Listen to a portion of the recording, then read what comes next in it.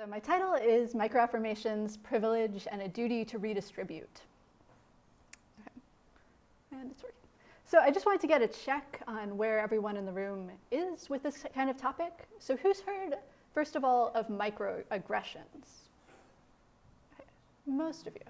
Okay, so for those of you who need a reminder, this is a kind of classic definition. Small harms that when repeated can accumulate into significant disadvantages for members of marginalized groups. So this would be something like maybe quite small and hard to notice, like making eye contact, enough but not too much. Or it might be something more like something you say where it might seem like a compliment, like somebody saying to me, "You're not like other girls," and maybe they mean to say something nice, but actually it's like, well, what's wrong with other girls? Like, why don't I want to be like other girls? And what happens if I am? Like, when I become emotional, will you then say bad things about me? So these are kind of, they're not macroaggressions. They're not the biggest thing that could ever happen to you. But the idea is that when they repeat, when they accumulate, then they can add up to quite serious harm.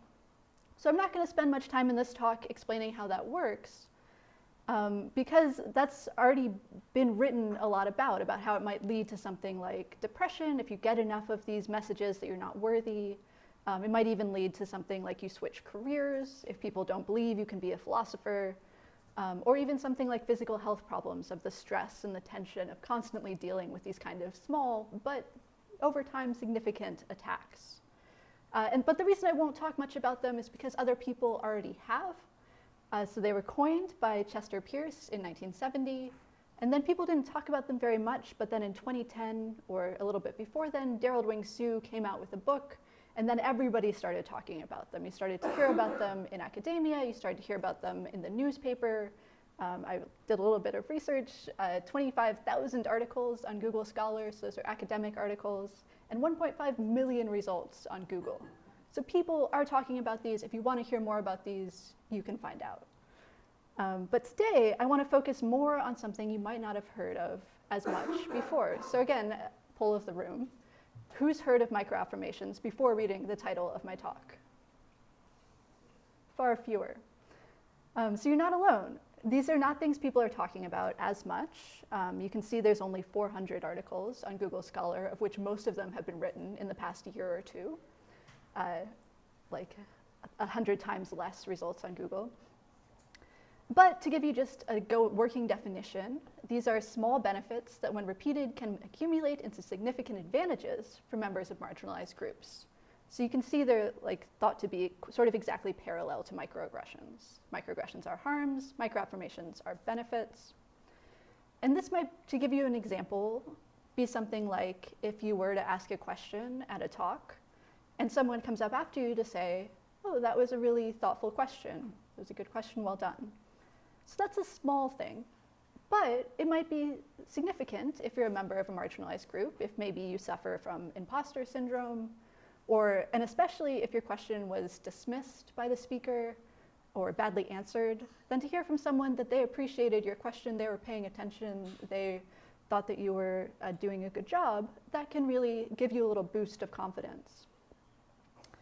So I'm going to agree with everyone else that these are definitely a good thing to do. We should be doing microaffirmations. We should be studying microaffirmations.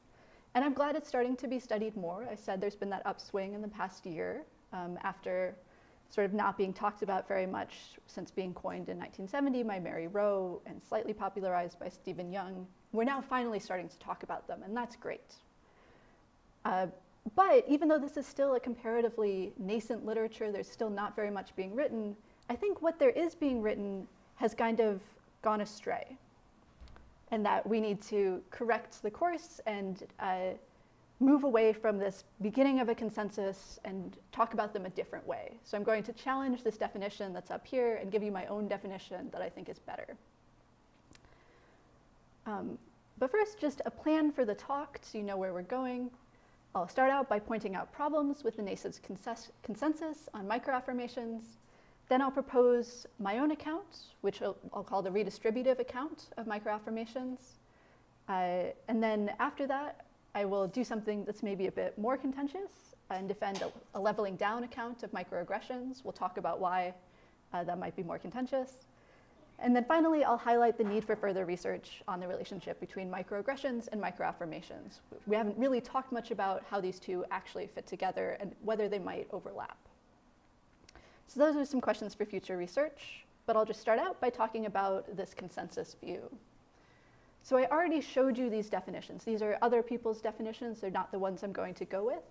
But the basic idea was that they were parallel. And that meant that you could use microaffirmations to kind of counteract the harms of microaggressions. So the thought here is fairly simple, that somebody's been harmed in a marginalized group, they've been the target of a lot of microaggressions, and then when Mary Rowe first proposed them, the thought was that you could sort of build them back up through these intentional microaffirmations, like complimenting them on their talk or whatever other thing you might do, even just making eye contact, not interrupting, paying attention.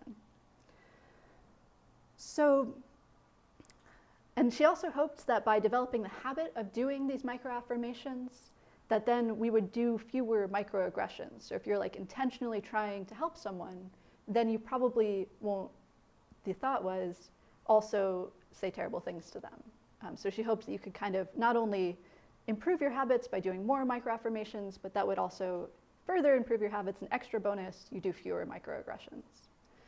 And I think that's wonderful. And I think we should be doing more microaffirmations, as I've said. And we should be changing our habits. However, I still have some significant worries about this kind of definition. So my first worry is that it just seems kind of condescending. So it seems to be that people are saying that microaffirmations are some sort of benefit that privileged people grant to these weak and needy marginalized people. So when you use microaffirmations, that's supposed to be privileged people intentionally using their privilege for good and counteracting microaggressions. But it just kind of seems almost like a white saviorism or like male heroes sort of stepping in and protecting the marginalized. And I just don't think that's a good way to set up the scope of our moral lives. I think we can do better. So that's one worry I'm going to talk about and hopefully solve. The second worry I have is that these definitions hide the operation of privilege. So they're good at talking about marginalization. I think microaggressions do contribute to that. But then the other side of the coin is that people who aren't marginalized in a particular space may be especially privileged. And this is a social concept, which we'll talk more about. And I think that what the definitions as they stand hide is that privileged people can receive microaffirmations just constantly. So you can see here that just built into the definitions is that microaffirmations can only be done to marginalized people. So that would completely prevent anyone from noticing that the rest of us who are more privileged get these microaffirmations fairly regularly. Again, I'll talk more about that. And then my final worry with this is that it gets like the moral standing wrong. So this is a philosophy term. It misrepresents as supererogation. That means especially praiseworthy, maybe morally optional. So it looks like from this that microaffirmations are these really good things you can do, but you aren't morally required to them. You don't have any kind of duty to do them. And I think that just gets the moral world wrong, and that correcting the injustice of microaggressions is not something morally praiseworthy or optional. It's actually a duty we all have. Okay. So those are the problems that I see with the nascent consensus on microaffirmations, and then I'm going to propose that my account can help fix these problems. So, solving problems. So the first story, condescension, that idea that just the tone of it is off. I think the problem here is that the original definitions assume a sort of overly individualistic or atomistic view of autonomy, where people are like these little billiard balls, and then the only thing that matters is when somebody else comes and interferes with you and makes you bounce. And I think that that's, again, not the best view of autonomy we can have. I think we should have instead a feminist relational view of autonomy, which I'll explain here. Okay. So there are a lot of people talking about this. I'll give you a brief overview. But the basic idea is that autonomy, being able to control yourself, having dominion over your own life, whatever you want to say, that important value is not just other people not interfering with you. It's more than that. First of all, because other people can be a positive source of support for our autonomy. Indeed, that's what's happening in microaffirmations, is that people are attempting to give us these little helps, these little boosts of confidence and boost of trust. And we need a view of autonomy and a view of microaffirmations that captures the fact that other people can help us and not just hurt us. So again, lots of people talk about this. I'll just give you my favorite. Diana Myers has this book, Self-Society and Personal Choice, where she says that not only do we need people to support our autonomy is actually not just one thing, but this rich set of different capacities that we all have in order to control our own lives, succeed, follow our goals. We all need these different autonomous capacities like introspection, imagination, volitional capacities, and interpersonal capacities. So it might be quite clear how other people can help us with our interpersonal capacities. This would be things like making friends, finding communities, getting support that way, and they can help us out with our projects. Volitional, again, you can't just go it alone and say, I will that this thing exists in the world and I'm planning to pursue this project, I'm just gonna do it all by myself. No, we need help from other people, and it's more than just other people staying out of our way, but we need people to come to our talks, we need people to join us in activism projects. We can't do it by ourselves. And imaginative, so sort of looking more internally, I think even here, we still need help from other people. We need these affirmations and supports in order to be able to imagine possible futures. Like growing up in Midwestern Indiana, I didn't know what certain things looked like. I didn't know that women could do certain things. I didn't know that Canada looked this way. I needed people to imagine with me what my life could look like in the future. And then finally, I think even introspection, like even this most sort of solipsistic activity, requires that other people give us tools to sort of challenge our self-conceptions, ask us questions, make us think of ourselves in different ways. And that even here, even so internally, we still need other people to develop and maintain our autonomous capacities. So that's the abstract theory. Let's put it into practice. Answering this question of condescension. So I think what's really wrong here is that condescension so microaffirmations are not just something that privileged people grant to the weak and needy marginalized people. We all need microaffirmations in order to develop and maintain our autonomous capacities. So we need, remember, these are small things. We need people to pay attention. We need people to make eye contact.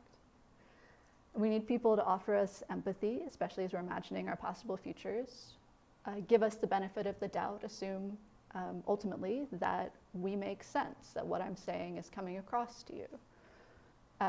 There might be some people who can get really far without anyone else supporting them, but I think all of us, at least sometimes, need this kind of feedback from people in these small ways.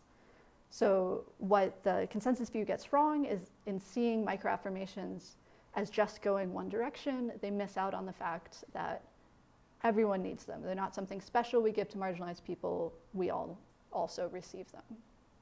Which brings us to my second point, that the consensus view hides the operation of privilege. So here the argument is that our default habits of giving people support and attention favor privileged people, favor white people, favor men, and don't provide the same support to marginalized people. These are our habits.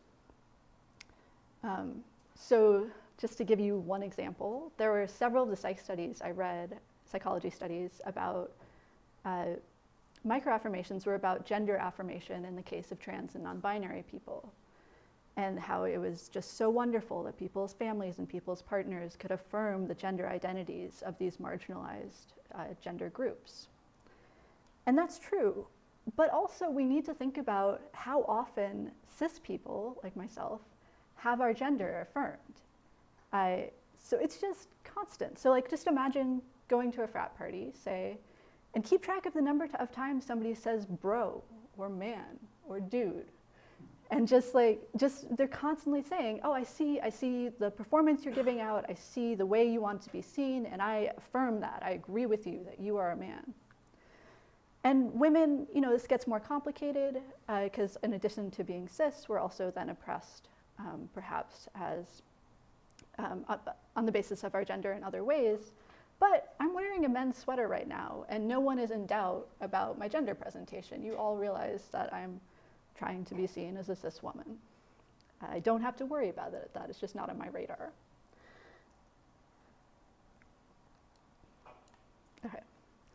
So that was just an example to give you the idea that privileged people get affirmations all of the time, and we only sometimes give them to marginalized people.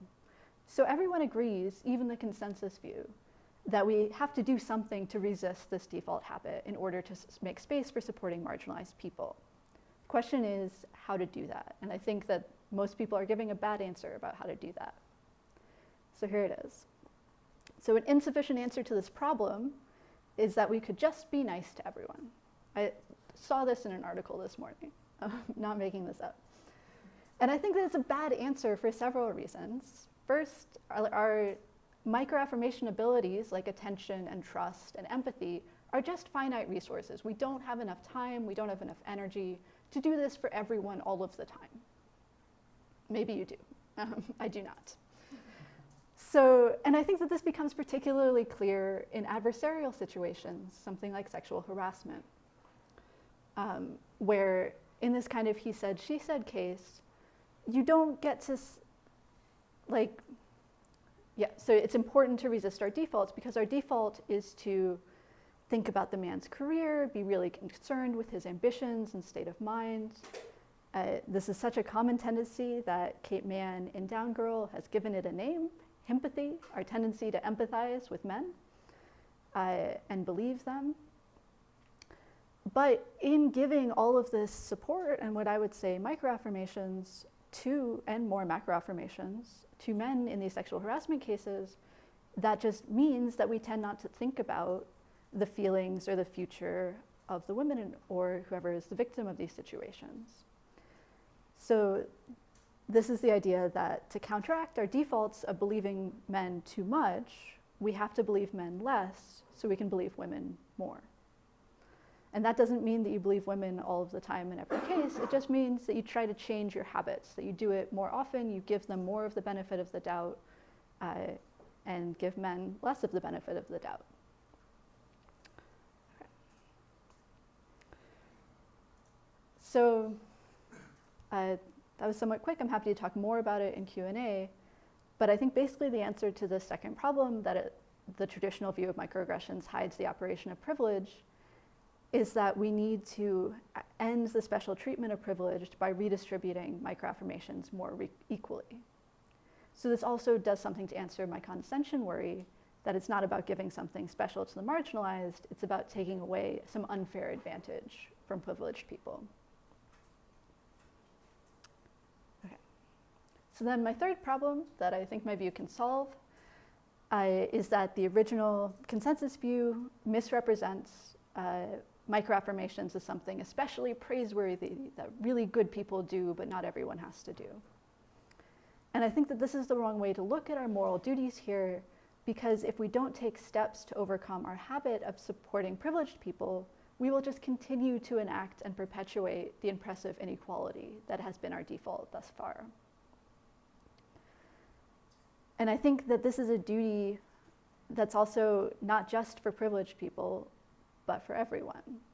So it might be simplest to say it for privileged people, that we white people benefit from the status quo where we get a lot of microaffirmations, we don't give a lot of them out to people of color. So we, as the beneficiaries of this unjust system, have a duty to fight against it. But this is also true of marginalized people, that they have a duty to fight it in a different way. So here, we have internalized our own oppression and also contribute to the oppression of others. So we would have a duty to ourselves and others to resist. And notice I've said we both times because as a white woman, I'm both in a privileged group and in a marginalized group. And that's again something that the original view didn't capture. There wasn't room for to talk about these sort of intersections and identities where you can be both a privileged helping the marginalized and a marginalized person needing the same help. So I think that this answer to make microaffirmations morally obligatory, our duty that we have, would also help answer some of the white savior worries that I had, where privileged people are not the only ones who can help the marginalized. All of us can help each other. And actually, marginalized communities have traditionally been the best at providing the kind of affirmations that I'm suggesting.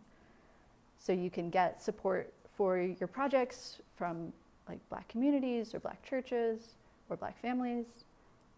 And white people have not offered those same supports. So when we look to how do we affirm people well, we should be looking to communities where they already are getting this kind of support and not treating white people as like the answer. Okay, so basically, my answer to this problem about the moral standing of microaffirmations is that I think we have a duty to resist our default habits, whether we're privileged or marginalized or some combination thereof. We all have to redistribute our microaffirmations more equally. So here's a nice little graph. You can see the status quo. Privileged people get a lot of microaffirmations, marginalized people don't. We just want to equalize that. That's all I'm saying in this section. But it does require us to redefine microaffirmations. They can't just be small, let's see, sorry. Yeah, they can't just be small benefits that when repeated can accumulate into significant advantages for members of marginalized groups, because that only includes marginalized groups. We have to define them in a different way that's more inclusive, small acknowledgements that support individual agency. Okay. So that was my redistributed account of microaffirmations. And I hope that, although it's a new view in this literature, I take it to be fairly non-contentious. Now we get to something that is much more contentious, and I'm anticipating much more feedback on, so this will be fun. And I welcome that when we get to the Q&A. But for now, I'm trying to answer the question about what truly supererogatory, truly praiseworthy behavior might look like, and it might surprise you. So this is my answer. Perhaps we should be petty to privileged people. I told you wouldn't like it. Okay, so first I would have to show you that it's possible to commit microaggressions against privileged people. So I'll do that as my next step. And then I'll give you two arguments about why I think we should do this, why it would be good to microaggress against privileged people. The first will be about microaggressions would allow us to combat continued inequality, so sort of again, helping the marginalized view. And the second will be about, I think microaggressions might actually help privileged people to overcome our past excess of affirmation. So it might be good for everyone. We'll see. Okay, but first, to solve the problem of whether it's even possible to commit microaggressions against privileged people, this just requires a redefinition. So microaggressions, instead of being only against marginalized people, would be something more general, like stereotype-based slights that corrode agency. This also has the nice advantage of making microaggressions and microaffirmations parallel again. You can commit both of them because they're not targeting a marginalized person in the definition. Okay. So we could commit microaggressions against privileged people under that definition. Should we? So this first argument, committing microaggressions against a privilege allowed us to combat continued inequality. So the basic idea here is that even if I convince all the people in this room, even if I convince all the people I ever talk to that we should try to redistribute microaffirmations, we're still not going to do it. Like, I just can't reach enough people. And so we'll still have these like lasting inequalities where marginalized people won't receive enough, privileged people will receive way more, as well as marginalized people facing way more microaggressions. And even if we do have this idea that like, I'll fix myself, I'll redistribute my microaffirmations, we still have this drift towards that same unequal distribution because of the way we've been socialized. It's going to take us a long time. We're going to make mistakes. So I think there'll just be this kind of persistent gap between the experience of being marginalized, getting not enough microaffirmations, and the privileged getting way more. And that microaggressing against the privileged might help close that persistent gap. So remember here, I'm talking about microaggressions, not macroaggressions. So no revolution at this time. But these would be things like maybe interrupting, not right now. Maybe something like intentionally avoiding eye contact, maybe something like bumping into people when they're walking, just to be like, this is my space. And maybe they could be even more verbal, where it's something like, I remember those microaggressions, like, you're not like other girls. Maybe you could do that to more privileged people and say something like, white guys shouldn't talk about this issue, white people can't be trusted, we can't be friends with them, or maybe even men are rapists, not all men. Maybe that's too extreme. We can talk about these. Again, I'm happy to get pushback here. But I'm not just making these up out of the blue. These are things that I've seen, especially activists in these areas, say things like this and say we should be able to say things like this. Say that you should stand your ground while walking so that white people just don't walk all over you. And I want to be able to say that those activists doing these things, if that's at least a morally permissible action, maybe even there's something praiseworthy about that sort of zealously making space for marginalized people to be heard. Especially because these activities can be kind of dangerous. You'll get a lot of pushback for them, sometimes literal pushback when people keep bumping into you when you're walking. So I at least want to leave room for that kind of response to the continued inequality of microaffirmations and microaggressions. So that's one argument. My second argument is that maybe it's good for privileged people too. So this depends, I'll have to get a little bit into the theory, because people frequently conflate privilege with something like happiness or flourishing. That's not really what it means. Privilege is about social structure. It's not about how your life personally is going today. It's about the kind of supports and opportunities you tend to have over the course of your lifetime that other people don't have access to or don't have as easy access to.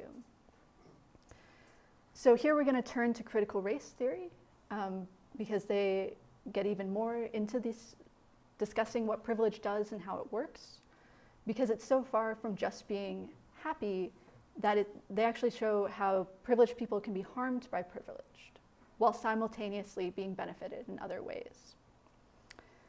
So one of the first people to talk about this was Charles Mills in his paper White Ignorance. That's about a lot of other things too. I'm just picking out one little feature of it.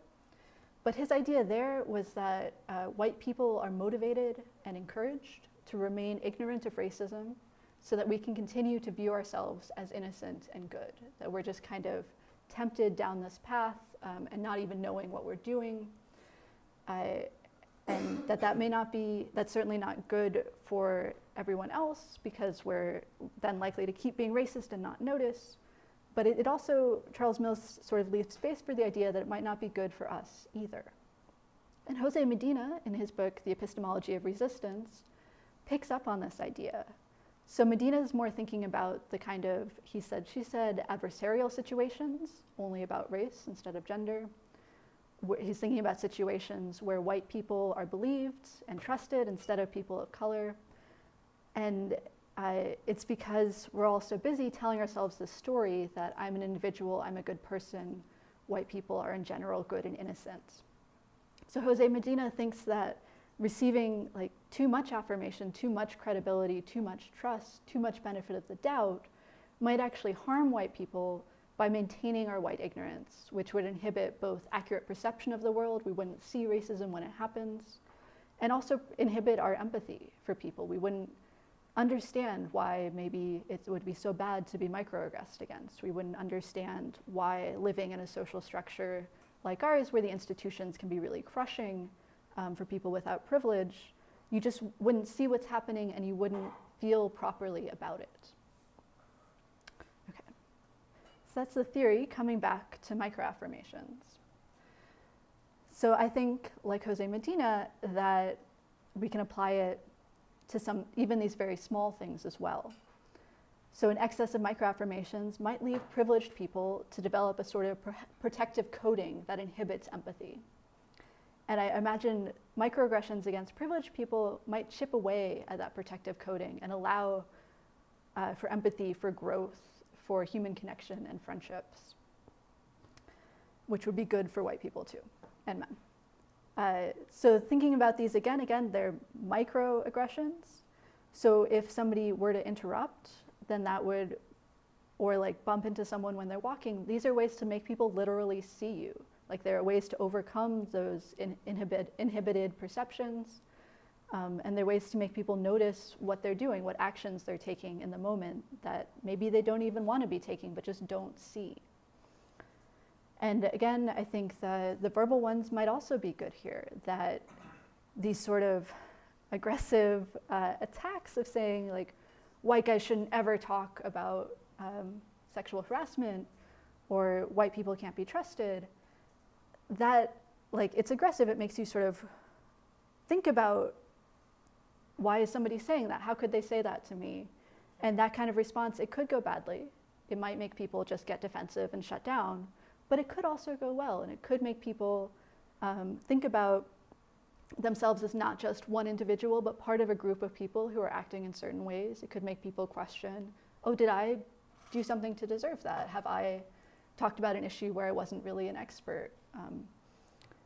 So maybe, and at the very least, these kind of microaggressions done to privileged people would make us understand what it feels like to be microaggressed against. So that very limited route into empathy of just, oh, somebody did that to me and I did not like it, might open up a new way of understanding the world. So those are two arguments for why I think it's overall good, or at least permissible for people to, at least sometimes, microaggress against privileged people. Very hedged.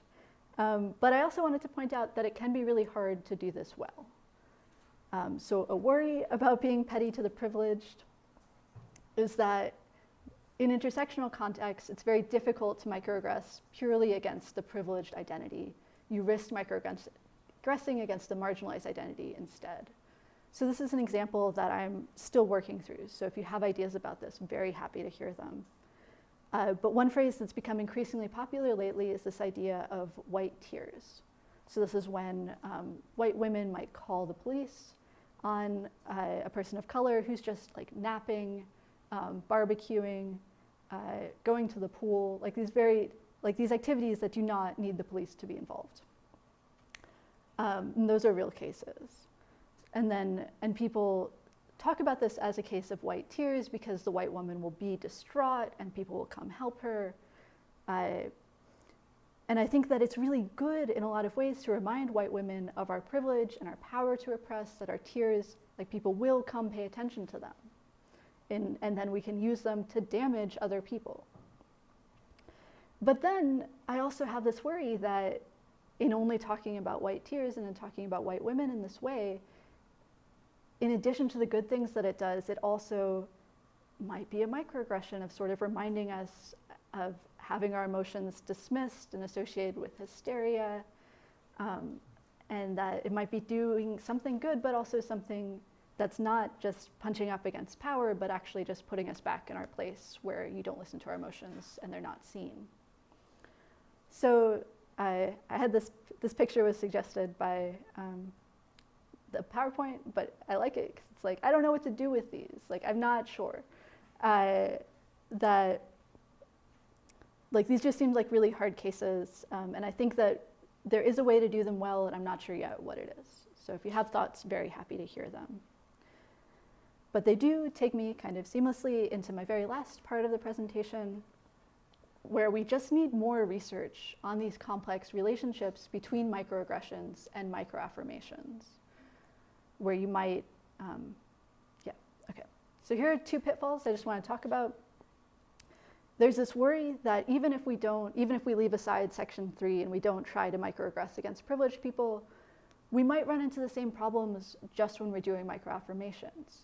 We may end up being really condescending, or worse, we might actually just say a microaggression, even though we're trying to give people supports and compliment them. And then, given that problem, I'm going to talk about also, is there any way to know in advance what kind of microaffirmations will actually be helpful and what will just end up making things worse? So for the first one, how do we, can microaffirmations be condescending? Can they even be microaggressive? Again, intersectionality is really important here. So I came up with this example because I was imagining back at the beginning of graduate school, again, I'm from the Midwest, I was like taught to be kind of quiet, and I was worried about giving a presentation. I was facing imposter syndrome. So I imagined like somebody really nice coming up after one of my talks, after my first talk. And they might say something like, "You were so articulate. You spoke with poise and conviction. You were plenty loud enough. We could hear you in the back." And like, that would be so nice to hear. Like, you could hear me in the back. I'm doing this correctly. I'm doing a good job. So if you said that to me, especially at that time, that would have been a really nice microaffirmation. But then imagine saying it to somebody else. So imagine saying it to a young woman of color and saying, like, this is a classic microaggression, to say, "You are so articulate." And then like that word just has this weight of history for people who aren't white, where it means like, I didn't expect you to be good at this. I didn't expect you to have anything interesting to say. I'm just complimenting you on your ability to speak at all.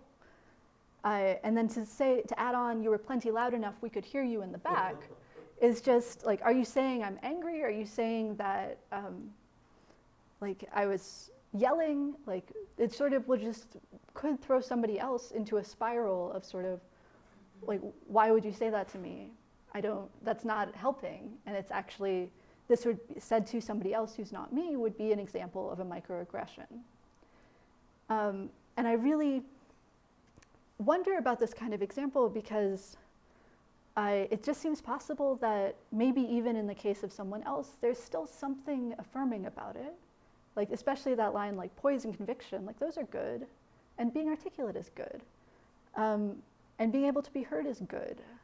So it might be that this is, like, what's actually happening here is that it is a microaggression, but then it's also doing something more affirming. Like I think we just need more research to know whether things can be simultaneously microaggressions and microaffirmations.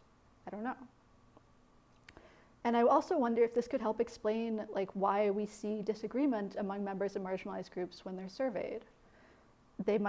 Some people might interpret "you're so articulate" as a compliment, or even "you're not like other girls" as like they were trying, they were saying something good to me. But then other people see it as a microaggression, and I think maybe both could be reacting to something true about what was said.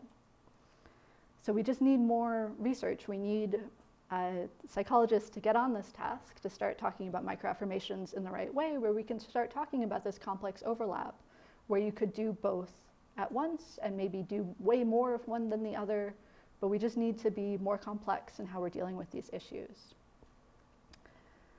And then my final question, can we know in advance what microaffirmations are likely to help?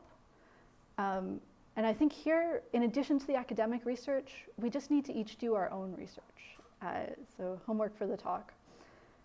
And these are simple things. So like just go to talks, ask questions, make friends, listen to people, so that then you know when they talk about and say, like, I told you what was a really nice microaffirmations to get at the beginning of graduate school as a white woman. Listen to other people when they say that it was helpful to hear this was affirming, versus this did not help and I'm really angry about it. Also, the internet exists. So I say that, but then I sent my undergrad students a few years ago to research this kind of thing online, and just Googling this is not a good idea. They ended up with really terrible articles. So what I recommend, instead of just Googling it, is that you try to find pages on social media, find blogs, listen to podcasts that are written and recommended by members of marginalized groups. So start, because the idea is that you want to hear from people who aren't like you. So finding what a white person has to say about microaggressions, good thing to do, thank you for coming, but also go listen to other people. Okay, and then finally, if you somehow don't have an internet connection, you can ask people for help. You can ask librarians, you can ask me. So I think that we can't just leave these problems to academics to solve. We need to each try ourselves. And I think that I know these are good things to do because they were recommended on the social media that I follow, and also because this is the way that I've learned myself. So whatever gems in this talk are there, it's from doing these kind of tasks that you can all also